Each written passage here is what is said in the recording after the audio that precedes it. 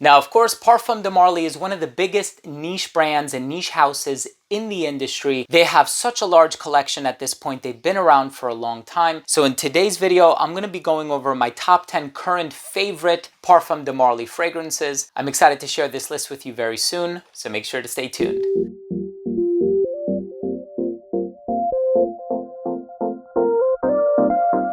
Now, before I begin today's episode and I tell you about my top 10 favorite Parfums de Marly fragrances at the moment, and I'm going to try to rank them from 10 to 1, a lot of them are not going to be in this list, I apologize. But I want to start the video off first by saying that if you love smelling your best and you love fragrance related content, hit subscribe, hit the bell, and give this video a thumbs up, as it would greatly assist with the YouTube algorithm. Of course, a lot of these can be sampled at ScentSplit. This is not a sponsored video, but if you're interested in getting samples of these fragrances, I highly recommend that you do that first. This way you don't have to cough up $300 for a bottle, because a lot of these are quite expensive. First one I want to talk about is Altair. This one came out last year, I think circa October or something like that. Beautiful vanilla fragrance. It's warm, it's delightful, it's sensual, and it's very easy to pull off. However, it's one that I would recommend for the colder weather. And here we have another cold weather beast. This one is Hanan. You guys know this one gets compared to Oud for Greatness by Inicio. It has like this green earthiness in here, but there's also this praline note, which adds a touch of sweetness to it. It does smell quite regal and expensive, so that's one thing that I really love about Hanan. Of course, we also have a favorite of mine, Sidley, and I thought I gotta include a freshie in here. This is incense, citrus, and mint, and I didn't include Galloway. I love Galloway as well, but Sidley, I think I like a little bit better than Galloway. Pegasus Exclusive, of course, it has that latent DNA with the apple, the vanilla, the lavender, but adds this undercurrent of agarwood. It's darker, it's richer, it's more sophisticated, and I really enjoy it. Of course, we have Pegasus Exclusive, and I have to mention, you're not going to see the original Pegasus in this list. Ever since Pegasus Exclusive came out, I kind of put the original Pegasus on the back burner, although I must admit, for the hotter weather, I do prefer to wear the original Pegasus, but there's something about Pegasus Exclusive where I appreciate this DNA a lot more. Hamid Merati Kashani is the perfumer. He did a phenomenal job with it. Of course, with the most recent release, this is the #1 fragrance that I'm going to be wearing the most this season and in the summer, and it's Perseus. Tons of citrus. It opens up so bright and effervescent, and there's this dry down of like cashmeron and ambroxan, and it's so fresh, so fulfilling. Of course, it gets compared to Rouge à Parfum is Sola Blue. It also gets compared to Terre d'Hermès and also Basso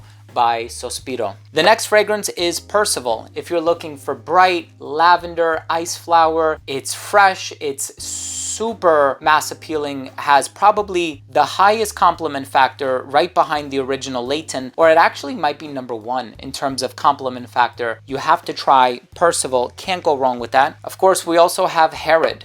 You can't make a list like this without featuring Herod, and I'm wondering if I put more than 10 in this list. My counting skills are not up to par, I apologize. Herod is fantastic, whatever, you get a bonus in this video, right? Herod is so good. I love Herod. It is tobacco, honey, it's rich, it's mysterious, it's dark, it's sensual. Of course, we also have to talk about the original Layton. Layton, I probably prefer over Layton Exclusive sometimes, especially as we're entering the warmer months of the year. Layton Exclusive in the summer is just overkill, but I really do love the original Layton. It has that, you know, night out on the town, sensual date night romantic vibe about it. There's no surprise why it's the brand's #1 bestseller, as a matter of fact. Now, here's the extra one that I threw in there. Look, I love Delina. It's marketed for women, which is why I didn't necessarily put it in this list. So I didn't miscount, but I did have Delina here because I do want to mention that it's a beautiful fragrance, and I truly love Delina. If you are a lady or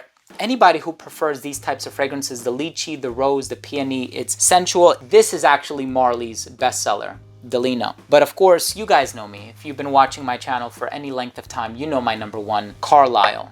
This stuff is brilliant. There's vanilla, it's smooth, it's resinous, it's sensual, it's mysterious. It's this perfect night out fragrance. You can guarantee you're not gonna smell like anybody else. There's this sort of creaminess about it. It's illustrious, it's mesmerizing. Carlile is absolutely fantastic. 3, 6, 9, 10. Yep, okay. So guys, thank you so much for watching my top 10 favorite Parfums de Marly fragrances at the moment. Of course, without much change as far as the #1 spot is concerned, but I really do love Carlile. Comment down below, what are your favorite Parfums de Marly fragrances? You don't have to list 10. You can list 1 or 3 or 5. It's up to you. Or is there one that you've been wearing a lot lately that you would like to spotlight in your comment? Let me know. I always love the interaction, but thank you so much for tuning in. Thank you for joining me. I hope you took something of value from today's episode, and if you did, please do consider supporting the channel by subscribing to it, hit the bell, and give this video a thumbs up. Thanks again for watching. I love you all.